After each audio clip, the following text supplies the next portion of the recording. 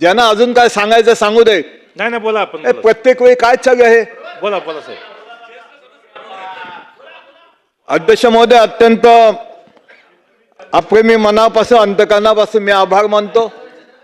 अत्यंत महत्वाचा अंतिम आठवड्यावरती चर्चा करण्यासाठी मी उभा आहे आणि मुंबई शहरातील पोलीस बांधवांचा अत्यंत महत्वाचा प्रश्न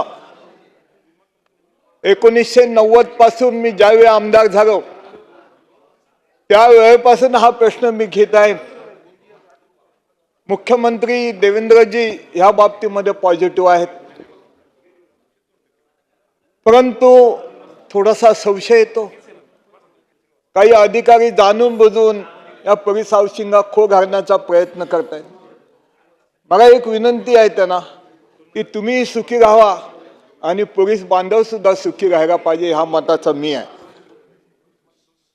ज्या पद्धतीने पुराव्यापासून जीवपर्यंत मोक्याच्या जागेमध्ये हे माझे पोलीस IPS IAS ऑफिसर राहत आहेत, हे ऑफिसर राहत आहेत, सुखाने राहू दे, त्यांची बायकांमुळे सुखाने राहिली पाहिजे ह्या मताचा मी सुद्धा आहे.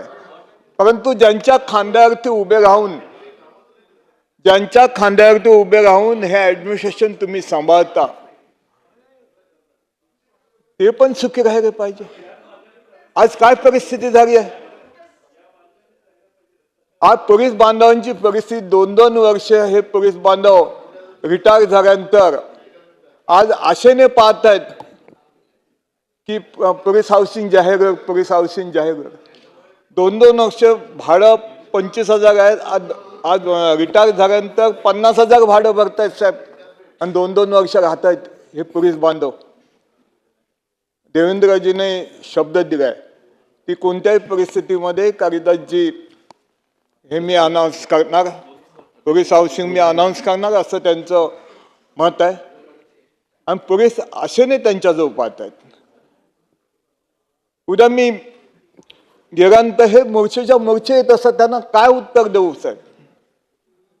नायगावमध्ये पोलिसांची जे नाही म्हणते तो मुंबई शहरात 50,000चा पोलिसांचा संच आहे. ठाण्यापासून पोलीस बांधव येत असतात ह्या चौकशीसाठी. तर माझी आपणाला विनंती आहे, देवेंद्रजीने ह्या बाबतीमध्ये शब्द दिलाय आणि कोणत्याही परिस्थितीमध्ये मी पोलीस हाऊसिंग जाहीर करणार अशा पद्धतीने साहेबांनी मला शब्द दिलाय साहेब. म्हणून मी आपणाला एवढीच विनंती करतोय, कारण पोलीस बांधवांची परिस्थिती अशी आहे, ड्युटीवर असताना किंवा ऑन ड्युटीवर असताना त्यांना ज्या शासनाच्या सवलती मिळतात परंतु रिटायर झाल्यानंतर त्या मिळत नाहीत. माझं असं मत आहे की मेडिकलचे जे काही सवलती असतात त्या रिटायर झाल्यानंतर ह्या पोलीस बांधवांना मिळालं पाहिजे ह्या मताचा मी आहे. कारण इतर जण सर्व्हिस करतात, पोलीस बांधव हा 24 तास सर्व्हिस करत असतो. कधी रात्री 2 वाजता सुद्धा त्याला फोन आला तर ड्युटीवर गेलं पाहिजे. अशा पद्धतीने पोलिसांची कामं आहेत आणि अशा परिस्थितीमध्ये हे काम पोलीस बांधवांचं झालं पाहिजे ह्या मताचं मी आहे. BD चाळीचं डेव्हलपमेंट शासनाने अत्यंत उत्तम पद्धतीने केलं, अत्यंत उत्तम पद्धतीने ते काम झालं आहे, बांधकाम झालं आहे. माझे शंभरकर साहेब इथे बसले आहेत. पाण्याचा भयानक प्रॉब्लेम चालला आहे साहेब.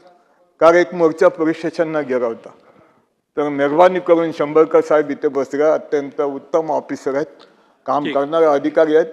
त्यांनी त्या बाबतीमध्ये गेल्यानंतर त्या बाबतीमध्ये हे करून अधिकाऱ्यांना सांगून ते त्यांना पाण्याची व्यवस्था करावी एवढं सांगून मी माझे 2 शब्द पूर्ण करतो. जय हिंद, जय महाराष्ट्र.